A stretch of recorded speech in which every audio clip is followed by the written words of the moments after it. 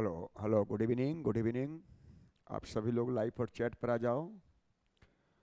विकास नमस्ते नमस्ते।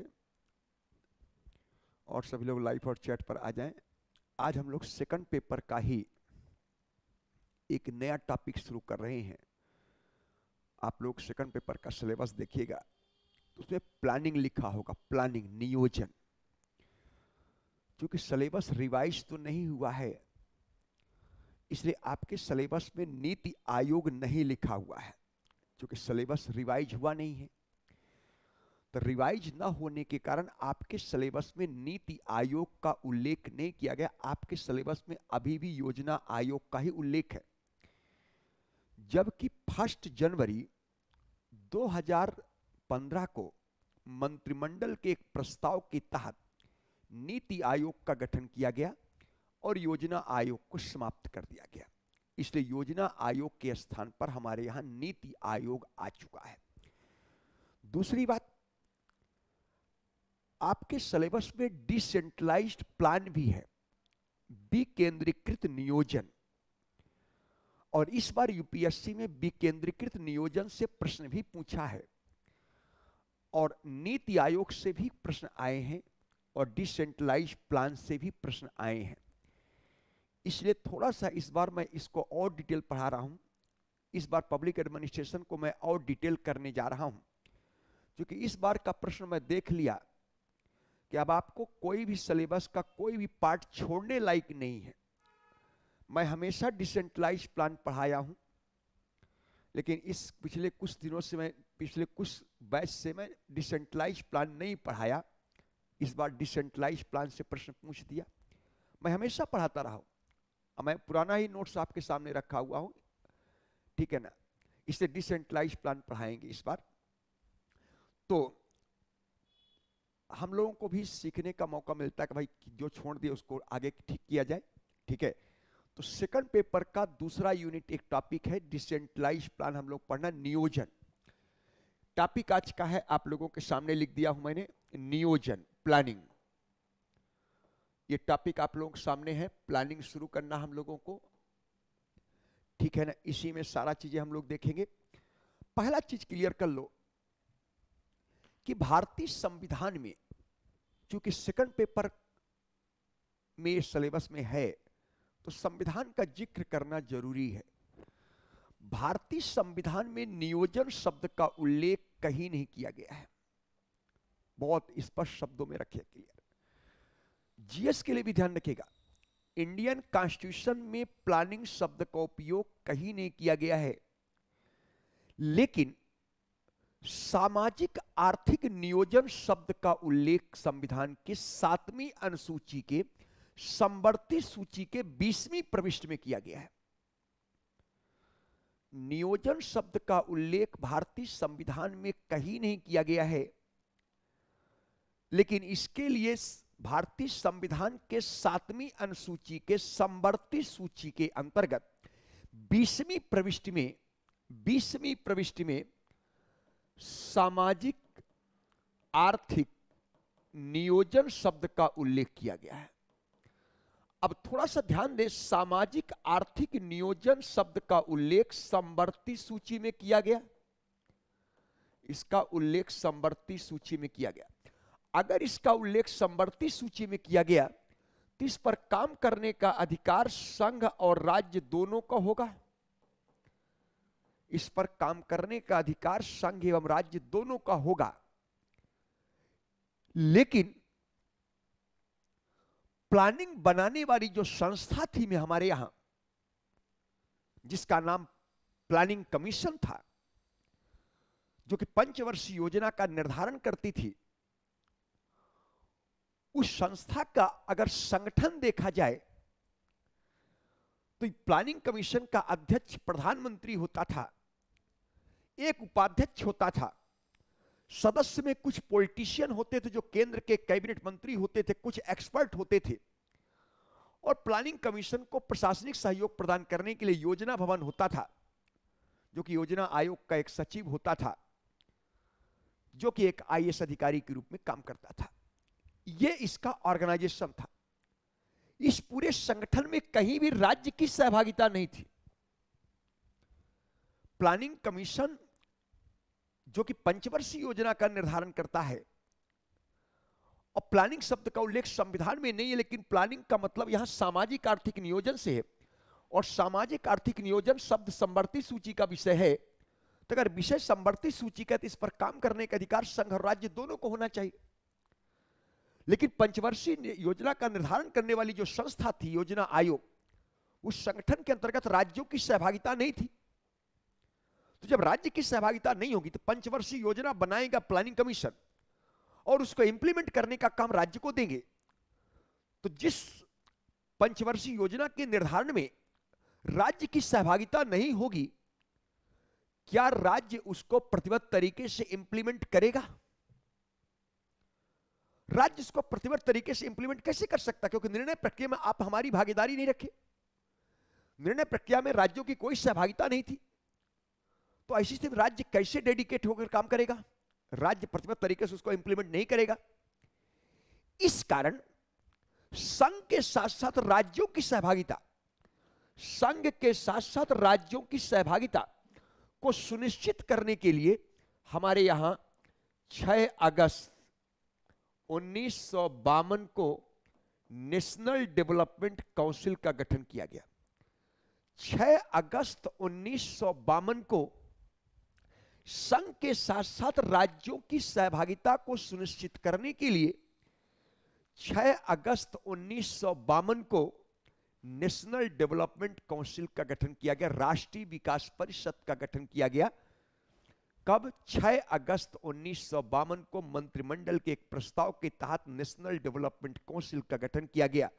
हमारे यहां राष्ट्रीय विकास परिषद का गठन हो गया, जिसका अध्यक्ष प्रधानमंत्री था। सभी राज्यों के मुख्यमंत्री, केंद्र शासित प्रदेशों के प्रशासक, और जो यूनियन टेरिटरीज में विधानसभा है वहां मुख्यमंत्री होगा, वहां का मुख्यमंत्री ही होगा। और संघ के सारे कैबिनेट स्तर के मंत्री और योजना आयोग के सभी मेंबर इसके सदस्य होते थे। इसका मतलब अगर एनडीसी के संगठन को देखा जाए तो अध्यक्ष प्रधानमंत्री, केंद्र के सारे कैबिनेट स्तर के मंत्री इसके मेंबर हैं, सभी राज्यों के मुख्यमंत्री इसके मेंबर हैं, यूनियन टेरिटरीज के प्रशासक इसके मेंबर हैं। जिन यूनियन टेरिटरीज में दिल्ली या पांडिचेरी की बात करें, वहां का मुख्यमंत्री इसका मेंबर है, योजना आयोग के सारे मेंबर इसके मेंबर हैं। तो इसका मतलब पूरा हिंदुस्तान आ गया, पूरा हिंदुस्तान आ गया। इसका तो किसी को छोड़ा तो नहीं गया है पूरा हिंदुस्तान समाहित हो गया। इसलिए कहते थे कि एनडीसी की स्वीकृति का मतलब संपूर्ण भारत की स्वीकृति। एनडीसी की स्वीकृति का मतलब होता था संपूर्ण भारत की स्वीकृति, क्योंकि अब इसमें सबकी सहभागिता थी। इसलिए एनडीसी का दूसरा नाम था सुपर कैबिनेट। एनडीसी का दूसरा नाम क्या था? Super cabinet. तो हमारे यहां सुपर कैबिनेट किसको कहा गया? एनडीसी को कहा गया। इन सब चीजों को आप लोगों को ध्यान में रखना। लेकिन सबसे पहले यह देखा जाए कि नियोजन क्या है, प्लानिंग क्या है। मैं अक्सर आप लोगों से भी सुनता हूं कि सर मेरा कुछ टाइम मैनेजमेंट हमारा बना दीजिए सर, कि हम कैसे कैसे पढ़ें। कई बार आप लोग कहते हैं कि हमारा टाइम मैनेजमेंट हमारा ठीक नहीं है, हम टाइम मैनेजमेंट पर ध्यान नहीं दे पाते। तो इसी को हम लोग प्रशासन की भाषा में नियोजन कहते हैं, प्लानिंग कहते हैं। प्लानिंग की आवश्यकता कब पड़ती है, प्लानिंग हम लोग कब बनाते हैं? आप लोग सभी लोग जानते हैं कि 27 अक्टूबर को, अभी तक की जो डेट है 26-27 अक्टूबर को यूपीपीसीएस प्रीलिम्स है। 26-27 अक्टूबर को यूपीपीसीएस का प्रीलिम्स है। अभी तक कोई ऑफिशियल डेट नहीं आया कि जो चेंज हो गया है, इसलिए आप लोग विशेष ध्यान दीजिएगा। तो पढ़ने के लिए आपके पास मात्र 20 दिन है, समय आपके पास 20 दिन है। और सिलेबस तो आप लोग जानते हैं कि बहुत सारा है, सिलेबस बहुत ज्यादा है। और पढ़ने के लिए आपके समय कितना है? 20 दिन। तो सीमित संसाधन, समय आपके पास 20 दिन है, सीमित संसाधन, और पढ़ना है असीमित। सीमित संसाधन और असीमित आवश्यकताओं, असीमित आवश्यकताओं के मध्य तालमेल स्थापित कर लेना, तालमेल स्थापित कर लेना नियोजन कहलाता है, नियोजन कहलाता है। सीमित संसाधन और असीमित आवश्यकता। जब भारत को आजादी मिला तो हमें विरासत के रूप में केवल समस्याएं मिली। जितनी समस्याएं गिना सकते सारी समस्याएं हमें विरासत के रूप में मिला। गरीबी, कुपोषण, अशिक्षा, अस्वस्थता, असमानताएं, बेरोजगारी, जितनी भी समस्याएं गिना सकते हैं, ये सारी समस्याएं हमें विरासत के रूप में मिला है। तो समस्याएं हमें असीमित मिली और उन समस्याओं का समाधान करने के लिए सरकार के पास फिजिकल रिसोर्सेज हो या ह्यूमन रिसोर्सेज हो, ये दोनों ही संसाधन हमारे पास सीमित थे। समस्याएं असीमित था और उन समस्याओं का समाधान करने के लिए रिसोर्सेज सीमित था। तो सीमित संसाधन और असीमित आवश्यकताओं के मध्य तालमेल स्थापित करने के लिए नियोजन की आवश्यकता पड़ती है, वहीं हमें प्लानिंग की आवश्यकता पड़ती है। कंफर्म हो गया? सीमित संसाधन और असीमित आवश्यकताओं के मध्य तालमेल स्थापित करने के लिए नियोजन की आवश्यकता पड़ती। या यह बोले कि नियोजन का सामान्य अर्थ क्या तथा कैसे से है, क्या तथा कैसे से है, अर्थात साधन, साध्य एवं साधन के मध्य, साध्य एवं साधन के मध्य संतुलन स्थापित कर लेना ही नियोजन कहलाता है। साध्य एवं साधन के मध्य संतुलन स्थापित कर लेना ही नियोजन कहलाता है। इसका मतलब लक्ष्य आपका कुछ है और उस लक्ष्य को प्राप्त करने के लिए साधन आपके पास कुछ है, तो फिर साधन और साध्य के मध्य, साध्य और साधन के मध्य संतुलन स्थापित करने के लिए आपको क्या स्थापित करना पड़ेगा? प्लानिंग बनाना पड़ेगा। इसलिए हम लोगों को प्लानिंग की आवश्यकता पड़ती है। कंफर्म हुआ? दूसरी बात, पंडित नेहरू ने जब प्लानिंग का कंसेप्ट लाया, आप लोग सभी लोग जानते हैं कि प्लानिंग का कंसेप्ट पंडित नेहरू का ही है भारत में। कंफर्म हुआ? जब प्लानिंग की बात पंडित नेहरू कर रहे थे तो उन्होंने कहा था कि प्लानिंग का लाभ, नियोजन का लाभ समाज के हर वर्ग को प्राप्त हो। नियोजन का लाभ समाज के केवल अभिजात वर्ग को प्राप्त ना हो, समाज के केवल किसी एक वर्ग को प्राप्त ना हो, बल्कि समाज के सभी वर्गों को प्राप्त हो। और इसके लिए उन्होंने उदाहरण दिया कि पहले जमाने में, आप लोग सभी लोग अगर कभी हो सकता है याद हो आप लोगों को, कि मिट्टी की तेल से जलने वाली एक चिमनी हुआ करती थी। चिमनी जो जलती थी वो मिट्टी की तेल से जलती थी। मैंने उससे पढ़ा भी है, चिमनी से भी पढ़ा है, मैं लालटेन से भी पढ़ा हूं। फिर धीरे धीरे गैस का आविष्कार हुआ, फिर धीरे धीरे हमारे यहां लाइट लगी। आज ऊर्जा के कई सारे रिसोर्सेज है, कई सारे माध्यम है, लेकिन हम लोगों ने चिमनी से पढ़ा था, जो केरोसिन तेल मिट्टी के तेल से जलती थी।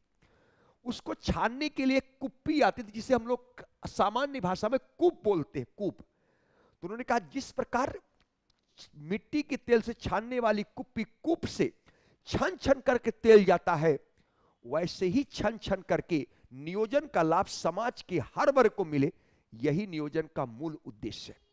इसका लाभ केवल समाज के किसी एक वर्ग को नहीं, बल्कि समाज के सभी वर्गों को प्राप्त हो, यह नियोजन का उद्देश्य पंडित नेहरू ने बताया था। कंफर्म हुआ? नियोजन के माध्यम से देखा कि आर्थिक विकास का लाभ समाज के केवल संपन्न वर्ग तक सीमित न रह जाए। नियोजन का लाभ समाज के केवल संपन्न वर्ग तक सीमित न रह जाए, बल्कि इसका लाभ समाज के सभी वर्गों को प्राप्त हो, इस बात का भी ध्यान रखने के लिए नियोजन की आवश्यकता पड़ी थी। आ रही बात समझ में? यह पंडित नेहरू ने कहा था। इसके बावजूद भी आज आप लोग सभी लोग जानते हैं कि 80 करोड़ लोगों को 5 किलो राशन उपलब्ध हो रहा है। सभी लोग सुने होंगे, जानते भी होंगे। क्या पंडित नेहरू का ड्रीम था और क्या आज दिखाई दे रहा है कि नियोजन का लाभ समाज के संपन्न वर्ग तक सीमित न रह जाए, बल्कि नियोजन का लाभ समाज के सभी वर्गों को मिले। इस बात का भी ध्यान रखा जाए। दूसरी बात, नियोजन का उद्देश्य केवल आर्थिक विकास को गति देना ही नहीं था। नियोजन का उद्देश्य केवल आर्थिक विकास को गति देना ही नहीं था, बल्कि नियोजन का उद्देश्य आर्थिक विकास के साथ साथ आधुनिकता पर बल भी देना था। नियोजन का उद्देश्य आर्थिक विकास के साथ साथ आधुनिकता पर भी बल देना था। और आप लोग सभी लोग जानते हैं कि कल कारखाने ही आधुनिकता के प्रतीक होते हैं। इसलिए आप लोग अगर पढ़े होंगे तो फर्स्ट 5 ईयर प्लान का मूल उद्देश्य एग्रीकल्चर था, लेकिन सेकंड 5 ईयर प्लान का मूल उद्देश्य एग्रीकल्चर एंड हैवी इंडस्ट्री था। और उसी एग्रीकल्चर एंड हैवी इंडस्ट्री दोनों के लिए, हैवी इंडस्ट्री के लिए भी, एग्रीकल्चर के लिए भी बिजली और पानी की विशेष आवश्यकता होगी। और इसलिए बिजली और पानी के लिए हमारे यहां सेकंड 5 ईयर प्लान बड़े बड़े बांध बनाए गए थे। आज आप लोग बड़े बड़े जितने बांध देखते हैं, ये मैक्सिमम बड़े बड़े जो बांध बनाए गए, ये सेकंड 5 ईयर प्लान बनाए गए, क्योंकि सेकंड 5 ईयर प्लान का मूल उद्देश्य क्या था? एग्रीकल्चर एंड हैवी इंडस्ट्री था। चूंकि उद्योग धंधे कल कारखाने ही आधुनिकता के प्रतीक होते हैं, तो केवल नियोजन का उद्देश्य आर्थिक विकास को गति देना ही नहीं है, बल्कि आधुनिकता पर भी बल देना है। यह नियोजन का उद्देश्य था। दूसरी बात, नियोजन का उद्देश्य केवल गरीबी उन्मूलन नहीं था। नियोजन के माध्यम से हमें केवल गरीबी को ही दूर नहीं करना था कि हम गरीबी उन्मूलन कर लिए, बल्कि उसके माध्यम से विकास से जुड़े विभिन्न सूचकांकों पर भी बल देना था। यही सूचकांक से प्रश्न पूछा आप लोगों से, जैसे महिला विकास सूचकांक, मानव विकास सूचकांक, मानव आवास, शिक्षा, सामाजिक सुरक्षा, इन पर भी बल देना है। केवल नियोजन के माध्यम से गरीबी उन्मूलन पर बल नहीं देना है, बल्कि मानव विकास से जुड़े विभिन्न सूचकांकों पर बल देना है। यह पंडित नेहरू का कंसेप्ट था, जो कि इस बार आप लोगों ने नीति आयोग से प्रश्न पूछा है। कन्फर्म हुआ? तो मानव विकास सूचकांक, महिला विकास सूचकांक, शिक्षा, आवास, सामाजिक सुरक्षा, जो काम नेहरू जी पंडित, जो काम आज मोदी साहब बोलते हैं कि मैं कर रहा हूं, 70 साल में कांग्रेस ने कुछ नहीं किया, वो मैं आपको बता रहा हूं कि पंडित नेहरू का ड्रीम क्या था। शिक्षा पर बल देना था, मानव विकास सूचकांक पर बल देना था, महिला विकास सूचकांक पर बल देना था, आवास पर बल देना था, स्वास्थ्य पर बल देना था, सामाजिक सुरक्षा पर बल देना था। यह उनका पहले का ही ड्रीम था नियोजन के माध्यम से। यह पंडित नेहरू ने नियोजन की बात किया था, यह नियोजन का मूल उद्देश्य था। तो नियोजन क्या है? नियोजन की आवश्यकता क्यों पड़ी?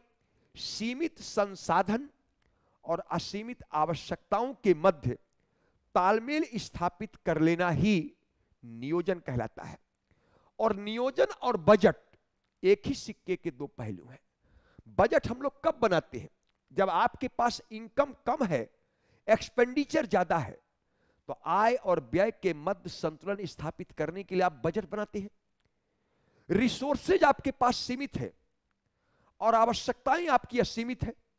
पैसा आपके पास 3000 रुपए ही है और आपको आवश्यकताएं असीमित है कि हमको किताब भी लेना है, हमको ये भी जमा करना है, हमको फीस भी देना है, हमको यहां भी जाना, हमको ट्रेवलिंग के लिए भी पैसा चाहिए। अब आपको मैनेज कर लेना है, उतने ही पैसे पर अपनी आवश्यकताओं को मैनेज कर लेना, यही नियोजन कहलाता है। यही नियोजन कहलाता है। नहीं तो कई लोग पागल हो जाएंगे, कितने पैसे में मैं कैसे इतना काम कर पाऊंगा, कैसे इसको मैनेज कर पाएंगे। तो समय संसाधन आपके पास सीमित है, आवश्यकताएं असीमित है, और उन दोनों के बीच तालमेल बना लेना, यही आपका प्लानिंग कहलाता। और कहते कि मैं प्लानिंग बना लिया, इसे कहते प्लानिंग बनाना और उसको इंप्लीमेंट करना, दोनों में बहुत अंतर है। कंफर्म हुआ? तो ये प्लानिंग बनाने का काम हमारे यहां किसको दिया गया?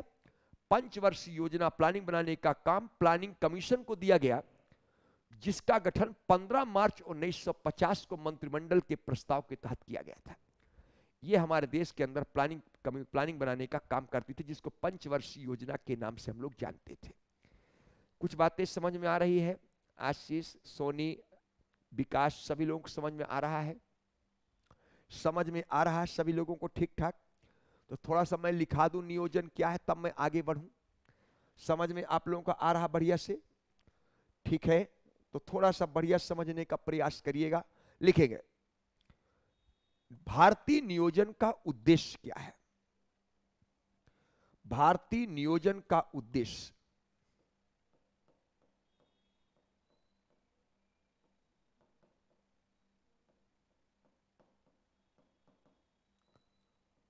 भारतीय नियोजन का उद्देश्य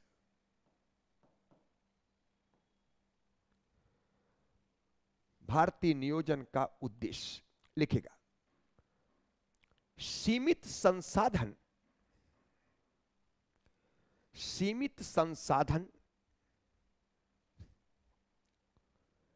एवं असीमित आवश्यकताओं के मध्य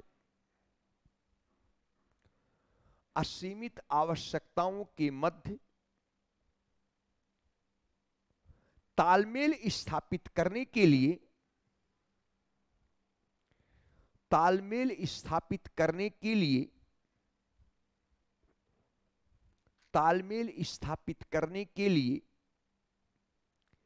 नियोजन की आवश्यकता पड़ी। तालमेल स्थापित करने के लिए नियोजन की आवश्यकता पड़ी।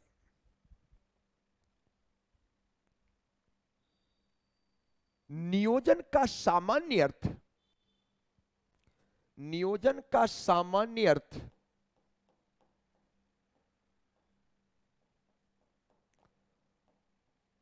क्या तथा कैसे करने से है।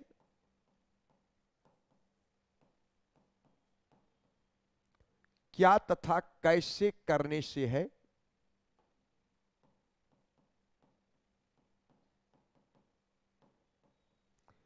क्या तथा कैसे करने से है। अर्थात साध्य एवं साधन के मध्य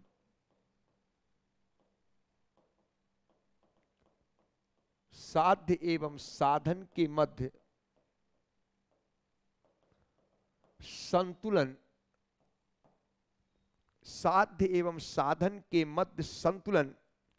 स्थापित करने के लिए नियोजन की आवश्यकता पड़ी।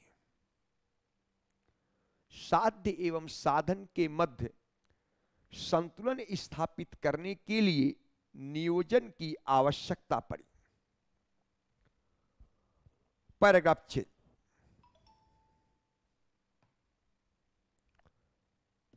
नियोजन के माध्यम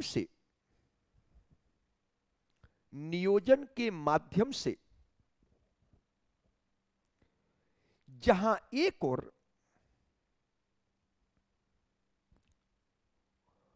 आर्थिक विकास को गति दिया जाना संभव हो पाता है,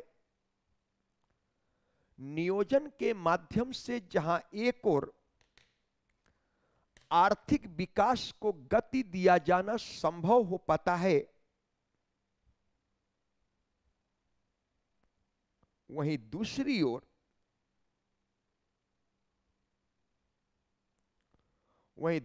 ओर आधुनिकता पर बल दिया जाना संभव हो पाता है।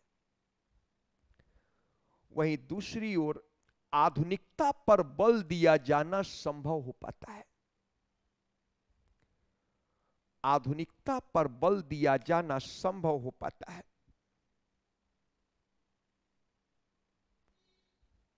आधुनिकता पर बल दिया जाना संभव हो पाता है। तो एक और आर्थिक विकास को भी गति देना है, दूसरी ओर आधुनिकता को भी बल देना है।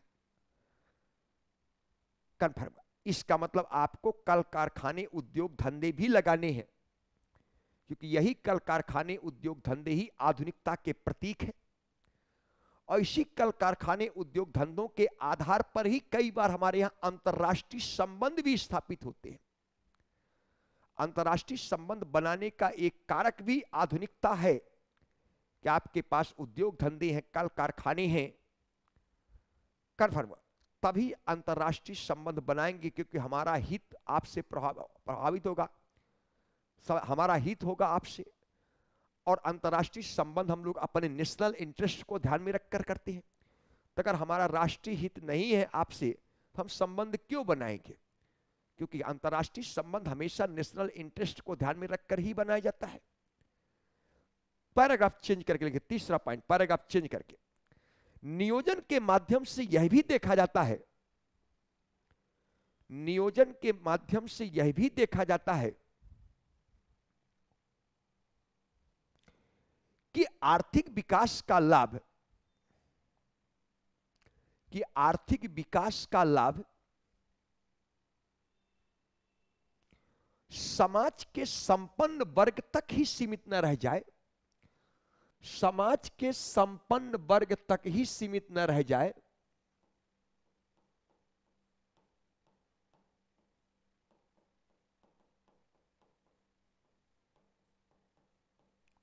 संपन्न वर्ग तक ही सीमित न रह जाए, बल्कि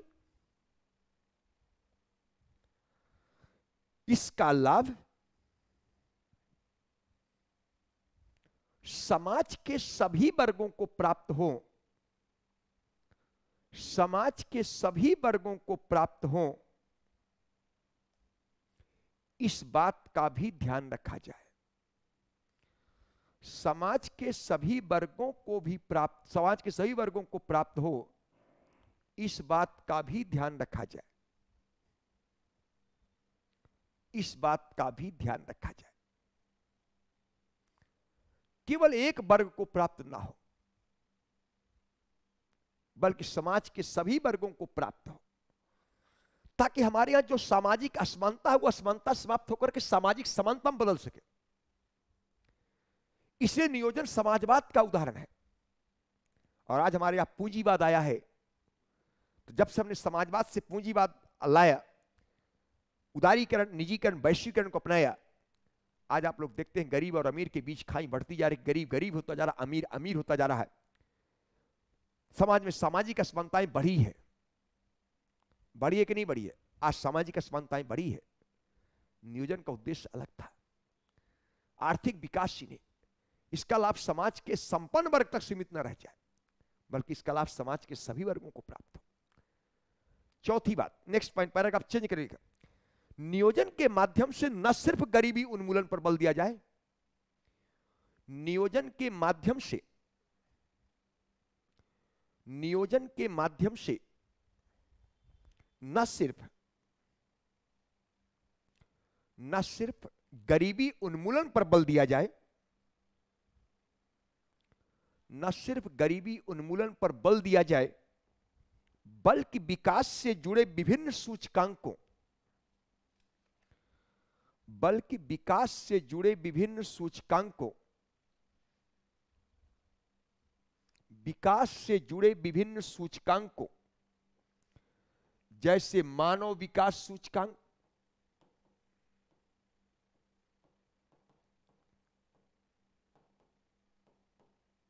मानव विकास सूचकांक, महिला विकास सूचकांक,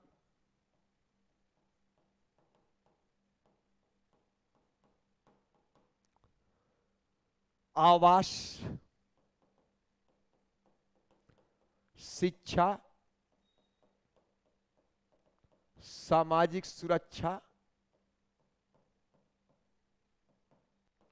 स्वास्थ्य पर बल दिया जाए, स्वास्थ्य पर बल दिया जाए। केवल गरीबी उन्मूलन नहीं करना है। गरीबी दूर करने से क्या हुआ? हैप्पीनेस रिपोर्ट में देखते हैं भारत कहां चला जाता है। पाकिस्तान, बांग्लादेश ज्यादा गरीब है, लेकिन लोग वहां ज्यादा खुश है। हमारे यहां सब कुछ होकर के भी दुखी है। अभी हैप्पीनेस रिपोर्ट आपने पढ़ा होगा ना।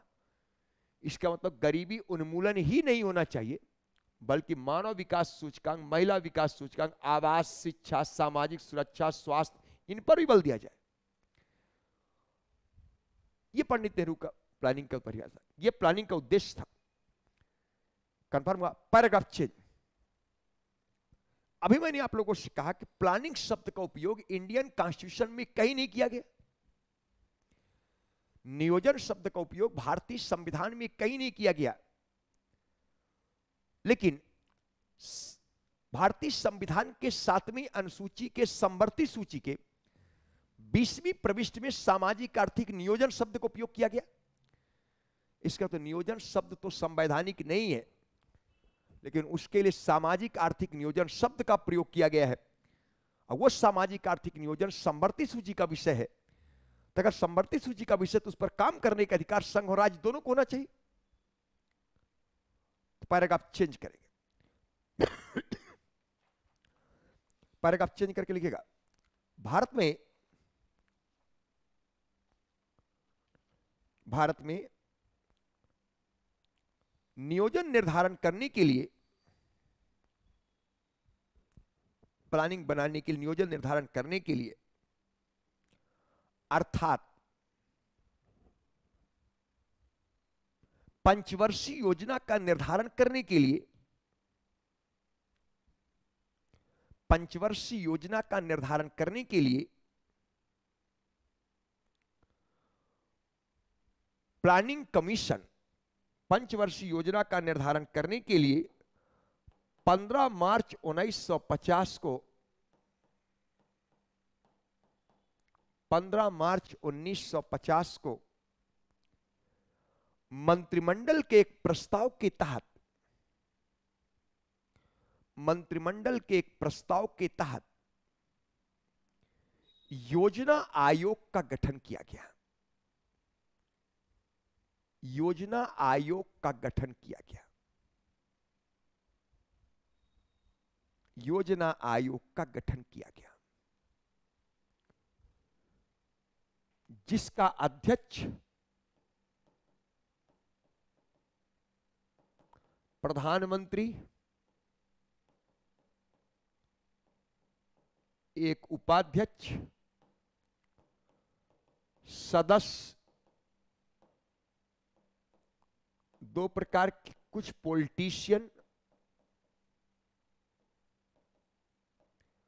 और कुछ प्रशासनिक अधिकारी,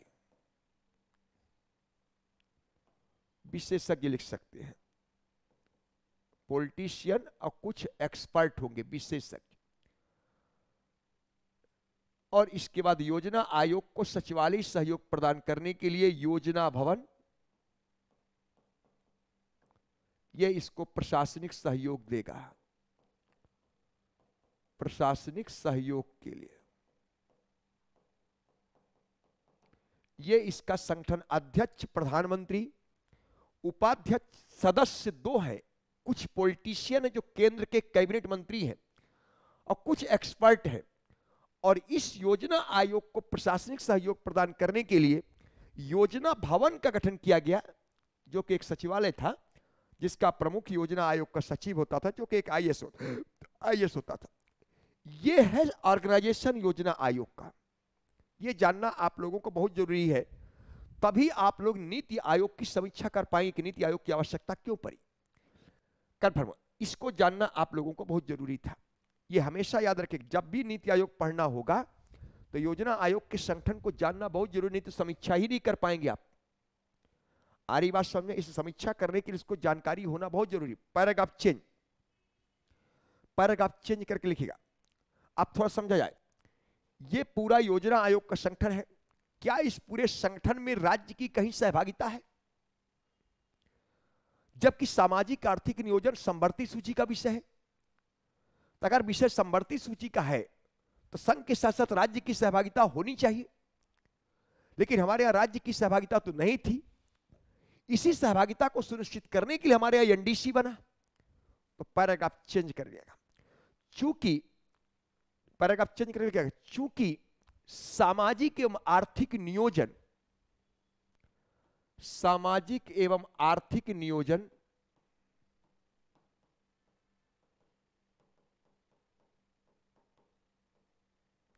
आर्थिक नियोजन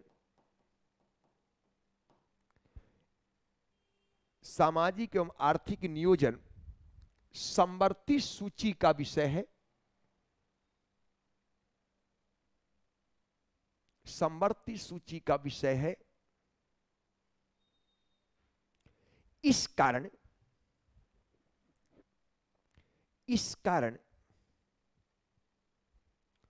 इस पर कार्य करने का अधिकार संघ एवं राज्य दोनों का है। इस कारण इस पर कार्य करने का अधिकार संघ एवं राज्य दोनों का है। संघ एवं राज्य दोनों का है। जबकि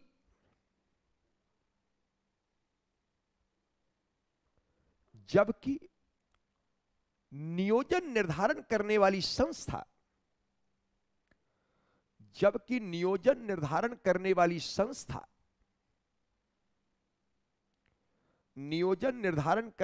संस्था योजना आयोग के संगठन को देखा जाए, ऐसा लिखेगा, योजना आयोग के संगठन को देखा जाए, योजना आयोग के संगठन को देखा जाए तो राज्यों की सहभागिता नहीं दिखाई देती है। तो राज्यों की सहभागिता नहीं दिखाई देती। राज्यों की सहभागिता नहीं दिखाई देती। इस कारण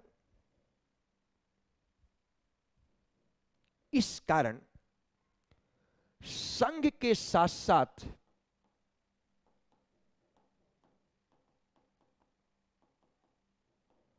राज्यों की सहभागिता को सुनिश्चित करने के लिए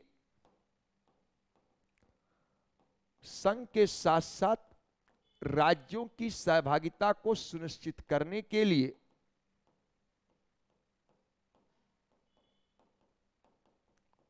करने के लिए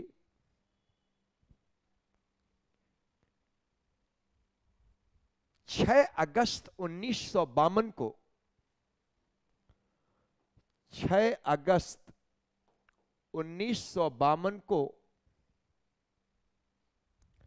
6 अगस्त 1952 को मंत्रिमंडल के एक प्रस्ताव के तहत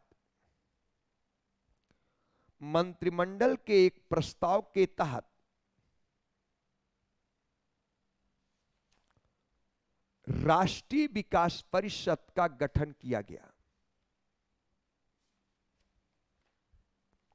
मंत्रिमंडल के एक प्रस्ताव के तहत राष्ट्रीय विकास परिषद का गठन किया गया।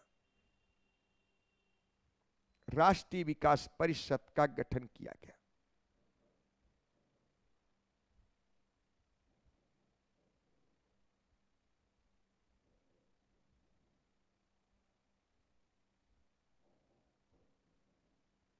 अब दूसरा देखा जाए, आप लोग सभी लोग जानते हैं कि किसी भी नीति की सफलता के लिए जितना महत्वपूर्ण निर्धारण है उतना ही महत्वपूर्ण उसका सफल क्रियान्वयन भी है। मैं आपके साथ बहुत बढ़िया पॉलिसी बना दूं कि यूपीएससी 2025 कैसे फाइट कर लेंगे, उसके लिए बहुत बढ़िया स्ट्रेटजी बना दे, लेकिन यदि आप ईमानदारी से उसको इंप्लीमेंट नहीं करेंगे तो असफल होना तय है।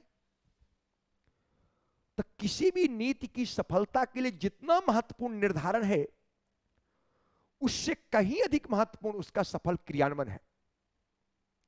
तो हमारे यहां पंचवर्षीय योजना बनाने का काम प्लानिंग कमीशन को दिया गया कि प्लानिंग कमीशन पंचवर्षीय योजना बनाएगी और उसका क्रियान्वयन करने का काम केंद्र सरकार और राज्य सरकार को दिया गया।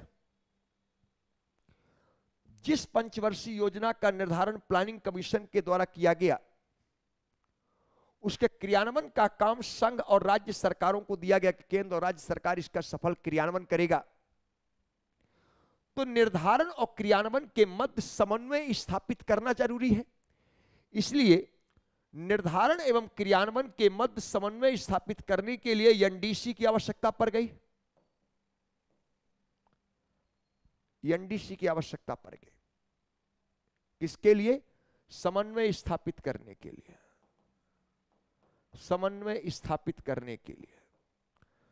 चूंकि योजना आयोग के द्वारा पंचवर्षीय योजना का निर्धारण किया जाता था और इसके सफल क्रियान्वयन का काम संघ और राज्य सरकार का था, तो निर्धारण और क्रियान्वयन के मध्य समन्वय स्थापित करने वाली संस्था होनी चाहिए, क्योंकि जब तक दोनों में तालमेल नहीं होगा तब तक किसी नीति को सफलता मिलना तय नहीं है। तय है कि नहीं होगा?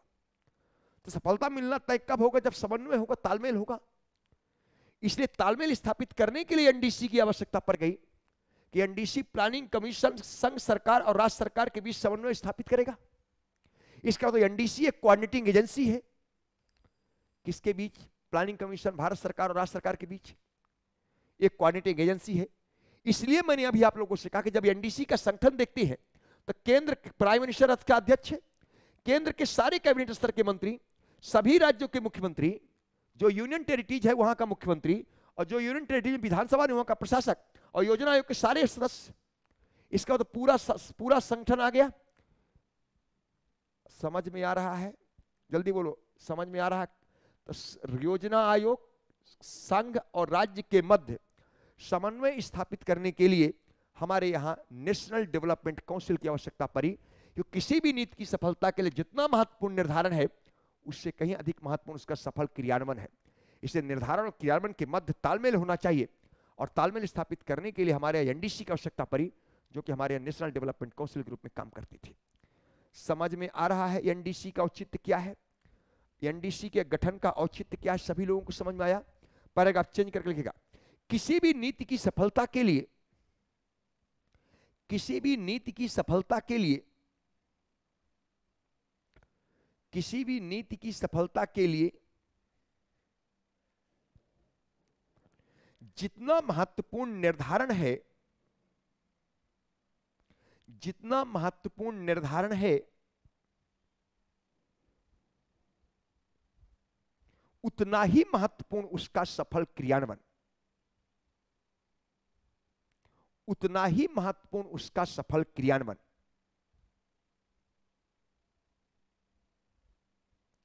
उतना ही महत्वपूर्ण उसका सफल क्रियान्वयन।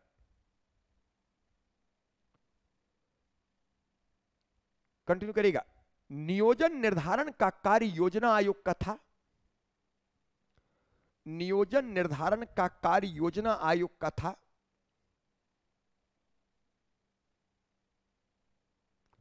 जबकि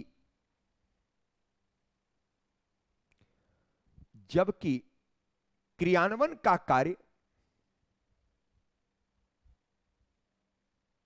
संघ एवं राज्य सरकार का था। क्रियान्वयन का काम संघ एवं राज्य सरकार का था।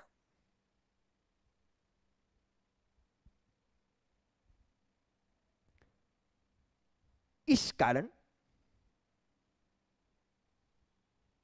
योजना आयोग, इस कारण योजना आयोग संघ सरकार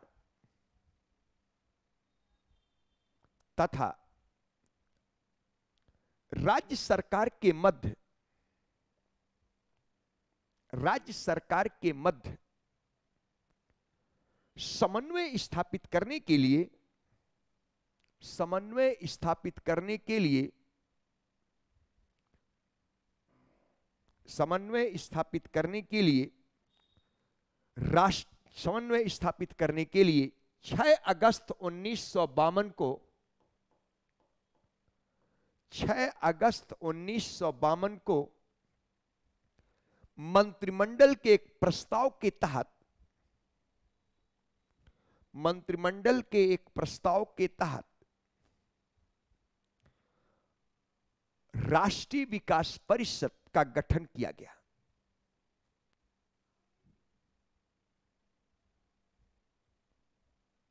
राष्ट्रीय विकास परिषद का गठन किया गया।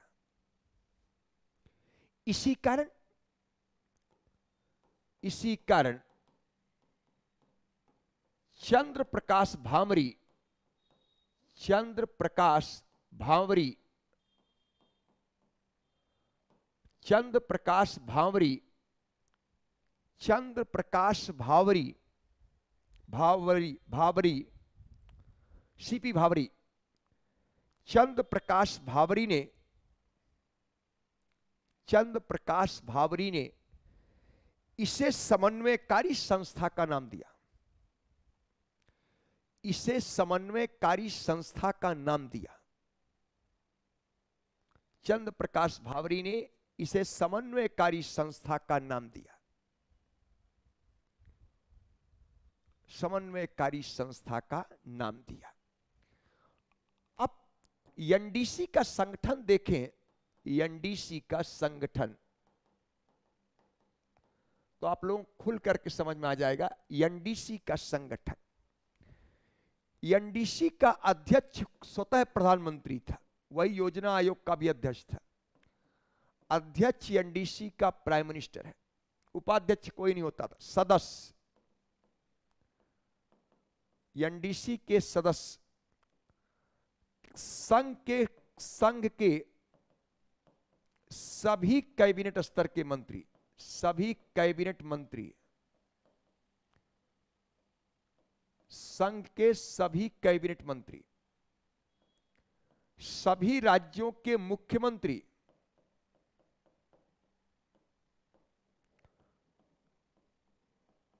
सभी राज्यों के मुख्यमंत्री दिल्ली एवं पांडिचेरी सहित,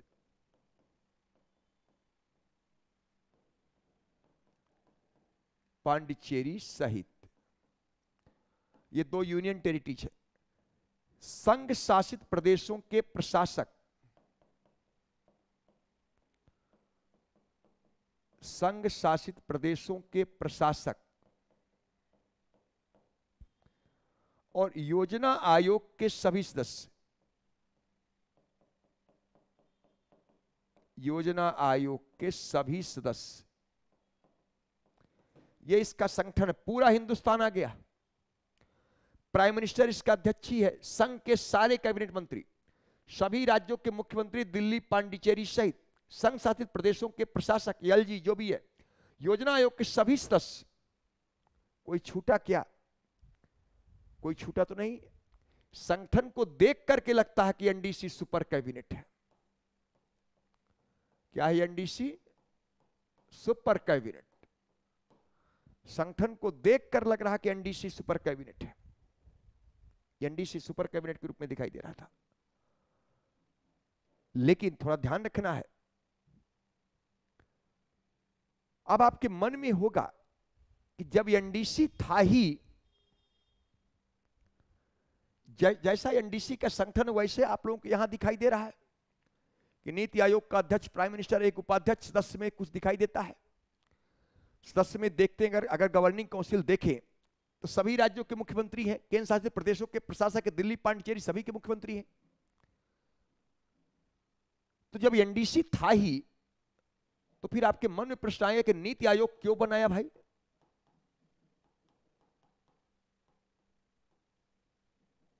नीति आयोग की आवश्यकता क्यों पड़ गई? इसका मतलब अगर एनडीसी ठीक होता, ठीक से काम कर रहा होता, उस पर किसी का कार्यों में ओवरलैप नहीं होता, प्रेशर नहीं होता, दबाव नहीं होता या हस्तक्षेप नहीं होता, तो शायद एनडीसी के, शायद नीति आयोग की आवश्यकता नहीं पड़ती।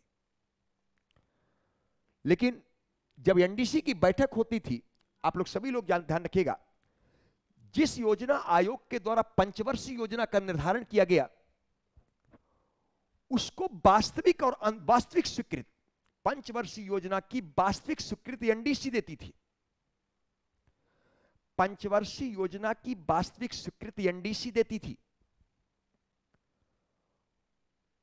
ध्यान रखिएगा, जो योजना आयोग ने पंचवर्षीय योजना बनाया उसकी वास्तविक स्वीकृति कौन देता था? एनडीसी। और एनडीसी के संगठन को देखिए, जब एनडीसी की बैठक होती थी तो पंचवर्षीय योजना को स्वीकृति देना था। तो योजना आयोग के द्वारा निर्धारित पंचवर्षीय योजना का अगर किसी राज्य का मुख्यमंत्री विरोध करता था, किसी राज्य का मुख्यमंत्री अगर विरोध करता था, तो उसके अनुदान की राशियां कम हो जाती थी, उसका पैसा कम हो जाता था, उसका पैसा ही कम हो जाता था, अनुदान की राशियां कट। और 1967 तक संघ और राज्य में एक ही दल की सरकार थी, कांग्रेस पार्टी की सरकार थी, कांग्रेस का ही पीएम, कांग्रेस का सीएम। तो पार्टी पद सोपानी क्रम में पीएम का दर्जा ऊंचा किसी राज्य के सीएम से। तो अगर एनडीसी की बैठक में सीएम विरोध करता तो मुख्यमंत्री पद से भी हाथ धोना पड़ता था कि लीजिए मुख्यमंत्री पद गया। इसका मतलब है कि एनडीसी की बैठक में कोई राज्य का मुख्यमंत्री अपना विचार व्यक्त नहीं कर सकता था, विरोध नहीं कर सकता था। विरोध करने का मतलब मुख्यमंत्री पद से हाथ धो लेना या अनुदान की राशि कम हो जाना। इसका मतलब एनडीसी भले सुपर कैबिनेट था, लेकिन वास्तव में सुपर कैबिनेट तो योजना आयोग ही दिखाई दे रहा था। वास्तव में सुपर कैबिनेट तो योजना आयोग ही दिखाई दे रहा था। इसीलिए राज्य अपने तरीके से विरोध नहीं कर पाता था, राज्य कुछ डिमांड नहीं कर पाता था, तो कहीं ना कहीं प्रॉब्लम होती। निर्णय एक तरफा होता था कि जो पीएम चाहता था वही होता था।